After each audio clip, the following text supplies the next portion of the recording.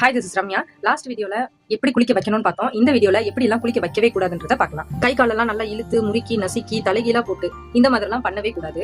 பொதுவா குளிக்கிறதுன்றது எதுக்குன்னா உடம்ப குளிர்விக்கிறது. ரெண்டாவது நம்ம மேல இருக்கிற அழுக்குகளை போகிறது. இவ்வளவுதான் குளிக்கிறதுக்கான. நியூபார்ன் ஸ்டேஜ்ல அவங்களுக்கு பெருசா அழுக்கெல்லாம் உடம்புல இருக்காது. அவங்க பால் குடிச்சு அது கழுத்துல ஸ்டோர் ஆகுறதுனால பிசு பிசுப்பு இவ்வளவுதான் இருக்குமே. மத்தபடி அவங்க உடம்புல பெரிய அழுக்கெல்லாம் இருக்காது. அவங்க வாய்க்குள்ள இருக்கிறதெல்லாம் எடுக்கணும்னு சொல்லி வாய்க்குள்ள விட்டு இந்த மாதிரி எல்லாம் எதுவுமே நீங்க பண்ணவே வேணாம். வாய்க்குள்ள இருக்கிறது எல்லாத்தையும் சுத்தம் பண்ண தேவையில்லை. இந்த ஸ்டேஜ்ல அவங்கள நார்மலா தண்ணி ஊத்தி குளிக்க வச்சாவே போதுமானது. இருக்கிறதுக்குன்னு ஒரு ஸ்பெஷலிஸ்ட் மாதிரி நம்ம வீட்டு பக்கத்துல இருக்கிற வயசான பாட்டிங்களை எல்லாம் கூட்டிட்டு வந்து குளிக்க வைப்பாங்க. அதெல்லாம் தேவையான்னு கேட்டா கண்டிப்பா கிடையாது. என்ன பொறுத்த வரைக்கும் அம்மாக்களே தான் குழந்தைகளை குளிக்க வைக்க கத்துக்குங்க.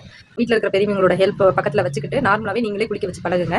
இந்த ஸ்டேஜ்ல மட்டும்தான் குளிக்க வைக்கிறதுன்றது கொஞ்சம் பயமா இருக்கும். ஒன்ஸ் அவங்க உட்கார பழகிட்டாங்களே குளிக்க வைக்கிறதுன்றது ரொம்ப ரொம்ப ஈஸியான ஒரு விஷயமாயிரும். ரொம்ப ஃபன்னான டைமே குழந்தைங்களுக்கு குளிக்க வைக்கிற டைமா மாறிடும். அதனால இந்த ஸ்டேஜ் மட்டும் கொஞ்சம் கேர்ஃபுல்லா மூக்குல தண்ணி போயிடாம பாத்துக்கிட்டாலே போதுமானதை தவிர்த்து இதுக்குன்னு ஸ்பெஷல் கேர்லாம் பண்ணணும்னு எந்த அவசியமே இல்லை. நார்மலா நம்ம பாப்பாவை நம்ம குளிக்கிற மாதிரியே குளிக்க வச்சு நல்லா துவட்டி எடுத்தாலே போதும்.